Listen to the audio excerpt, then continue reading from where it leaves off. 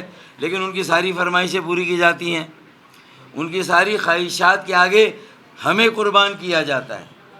ان کی ساری ناجائز، غیر جمہوری، غیر سیاسی، آمرانہ جو خواہشات ہیں اس کے آگے کراچی کو تباہ اور برباد کیا جا رہا ہے اور مسلسل کیا جا رہا ہے. ایک دن اس کا خمیازہ اللہ نہ کرے پوری قوم کو اور پاکستان کے 25 کروڑ عوام کو اٹھانا پڑے گا. اس لیے جہاں بجٹ میں کراچی اربن پیکیج کی ہم بات کرتے ہیں، لیکن دو بنیادی باتیں ہیں جس پر ہم نے اس وقت زیادہ اصرار کر رہے ہوں. شاید کل ہماری وزیر اعظم سے بھی ملاقات ہو، جس کا ہمیں عندیہ دیا گیا ہے، بلکہ وعدہ کیا گیا ہے.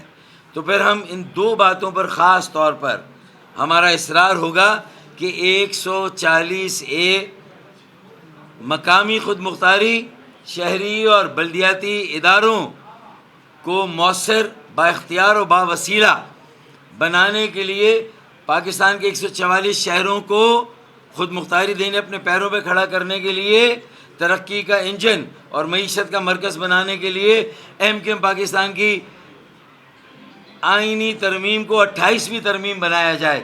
اگر آپ نے 26ویں آئینی ترمیم بھی ان کو دی جنہوں نے سندھ میں بدترین اور کرپٹ ترین حکمرانی قائم کی، وہاں بھی آپ نے سرنڈر کیا.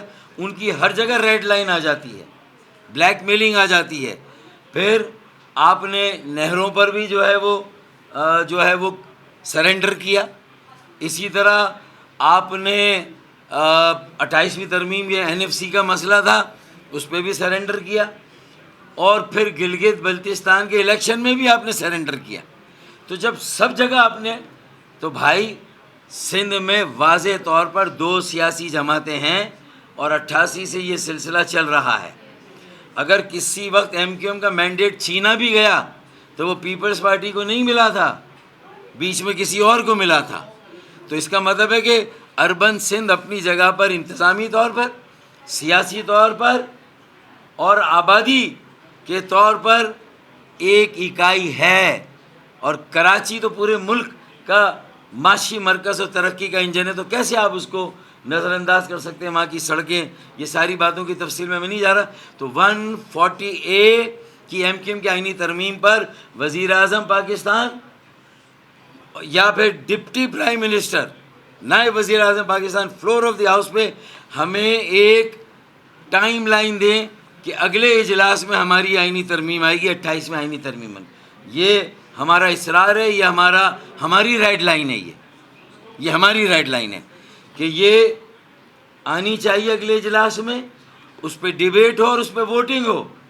اور اگر سندھ کے حکمراں، وڈیرے، جاگیردار ووٹ نہیں دینا چاہتے نہ دیں، لیکن پاکستان کے عوام کے سامنے یہ بات آیا ہو کہ جو جمہوریت کی مالا جپتے ہیں، جو جمہوریت کے دعوے کرتے ہیں، وہ شمولیتی، شرکتی، حقیقی اور صحیح جمہوریت قائم کرنے میں کیوں رکاوٹ ڈالتے ہیں؟ کیونکہ ان کی سوچ آمرانہ ہے. دعوے زبانی کلامی ان کے ضرور جمہوری ہو سکتے، لیکن اگر وہ 144 شہروں کو موقع نہیں دینا چاہتے ترقی کا، اور آج جب پاکستان پوری دنیا کے ساتھ کنیکٹ کر رہا ہے، تو آپ اس سے اندازہ لگا لیں کہ کس کی سوچ آمرانہ ہے اور کون عوام کے ساتھ کھڑا ہے. یہ طے ہو جائے گا، دودھ کا دودھ، پانی کا پانی. PMLN اور MQM پاکستان کو کم از کم پاکستان کے 25 کروڑ عوام کے ساتھ کھڑا ہونا چاہیے. تو یہ ہمارا پہلا سنجیدہ مطالبہ ہے. اور دوسرا، PDM 1 سے لے کر اب تک گورنرشپ MQM کو دی گئی، MQM کی تھی. MQM کے ساتھ بھی ایک معاہدہ ہوا ہے بھائی. اگر بالا ہی بالا پیپلز پارٹی کے ساتھ آپ نے معاہدہ کر کے، آپ کا کوٹا ہے نا، آپ کا گورنر ہے وزیر اعظم پاکستان. اور جو وزیر قانون وفاقی اعظم نذیر تارڑ نے یہ کہا تھا ہمارے اس وقت کے مذاکرات میں جب حکومت، کہ ہم نے تو آپ کے لیے ہی گورنرشپ لی ہے سندھ کی، تو جب بھائی ہمارے لیے لی تو آج ہم سے واپس کیسے لے لی؟ تو ہر حال میں MQM پاکستان کا گورنر ہونا چاہیے اور یہ بجٹ سیشن میں ہمیں اپنی گورنرشپ واپس چاہیے ہمیں. اور آج تک کس گورنر کی پرفارمنس کیسی رہی ہے یہ دنیا جانتی ہے. پھر یہ ایم کیو ایم کو معلوم ہے کہ گورنرشپ ایم کیو ایم کو ملتی ہے بجٹ سیشن میں, تو پھر کون گورنر ہوگا, یہ بات بھی طے ہے ہماری. تو میرے خیال میں یہ دو بنیادی مطالبے ہیں, یہ ریڈ لائن ہی ہے تقریباً. اور ہم نے کسی کو جب یہ دیا تھا تو انہوں نے بھی لال کلر کے مارکر سے ہمارے ان دو مطالبات کو انہوں نے بھی کلر کیا ہے. تو مطلب انہوں نے نوٹس تو لیا ہے. اب کل کیا جواب آتا ہم اس کا انتظار کرتے ہیں. اسی پر پھر پرسوں بجٹ میں ہمیں پیش ہوگا تو ہمیں کیا کرنا ہے پھر ہم فیصلہ کریں گے کل انشاءاللہ. یہ مطالبات تو آپ نے کر دی ہے, یہ نہیں ہوتے تو آپ لوگوں نے پہلے بھی کہا تھا کہ گورنر سنگھ جو ہے اس کی بحالی کے ساتھ بجٹ کی کا ساتھ دینا یا منظوری جو ہے ہماری جڑی. تو کیا یہ سب کچھ ہوگا تو پھر اگر نہیں ہوگا تو پھر کیا ہوگا؟ دیکھیں ہر فلم میں ایک کلائمیکس آتا ہے نا, اور کلائمیکس میں ہوتا ہے کہ اگر یہ نہیں ہوگا تو ورنہ کا جواب اتنی جلدی تو نہیں مل سکتا نا. ورنہ تو اسی وقت ہوگا, ورنہ کا جواب تو اسی وقت ہوگا. لیکن ہم نے ریڈ لائن کہاں ہے یار, یہ کوئی ہم ہمیشہ بجٹ پاس کریں, ہم ہر آپ کی قانون سازی پاس کریں, 26ویں آئینی ترمیم میں ہمیں خاموش کرا دیں آگے کے وعدے وعید و تسلیاں دے کر. تو یہ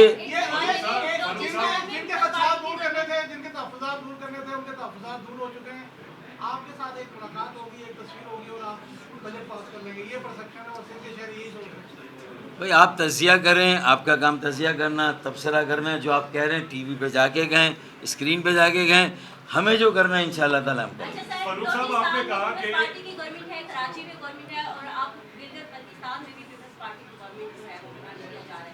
آپ کو کیا لگتا ہے؟ اور میئرشپ بھی کراچی کے اور حیدرآباد کی ڈیلیمیٹیشن میں دھاندلا کر کے. جی سر سوال لے لیں. جی تو آپ کو کیا لگتا ہے, ایک تو آپ سے گورنرشپ چھین لی گئی اور باقی جو یہ قانون سازی ہوتی ہے اس میں ظاہر ہے نمبر گیم ہوتا ہے اور پوری کرنی ہوتی ہے. تو یہاں پہ اگر کشمیر کے جو الیکشن ہونے والے ہیں وہاں پہ بھی پیپلز پارٹی کو گورنمنٹ دے دی جاتی ہے, اس کے بعد 28ویں آئینی ترمیم جو ہے اس کو منظور کروانے کے لیے بجٹ میں جو تحفظات ہیں پیپلز پارٹی کو وہ دور کرنے کے لیے تمام ایفرٹس کی جا رہی ہیں. آپ کو کیا لگتا ہے کہ متحدہ قومی موومنٹ کو پیچھے دھکیلا جا رہا ہے اور پیپلز پارٹی کو آگے لایا جا رہا ہے؟ دیکھیں قومی سلامتی سے بڑھ کر کچھ بھی نہیں ہوتا نا.